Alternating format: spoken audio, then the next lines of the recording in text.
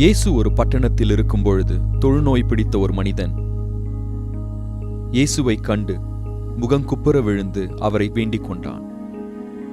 ஆண்டவரே, உமக்கு சித்தமானால் என்னை தூய்மையாக்க உம்மாலே ஆகும் என்றார்.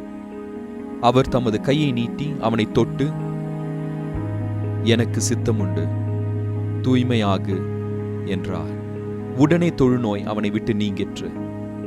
அவர் அவனை நோக்கி, நீ இதை ஒருவனுக்கும் சொல்லாமல் போய் உன்னை ஆசாரியருக்கு காண்பித்து நீ தூய்மையானதற்காக மோசே கட்டளையிட்டபடியே அவர்களுக்கு சாட்சியாக பலி செலுத்து என்று கட்டளையிட்டார். அப்படியிருந்தும் அவருடைய புகழ் இன்னும் அதிகமாக பரவியது. திரளான மக்கள் அவருடைய போதனையை கேட்பதற்கும் அவராலே தங்கள் பிணிகள் நீங்கி குணமடைவதற்கும் கூடி வந்தார்கள்.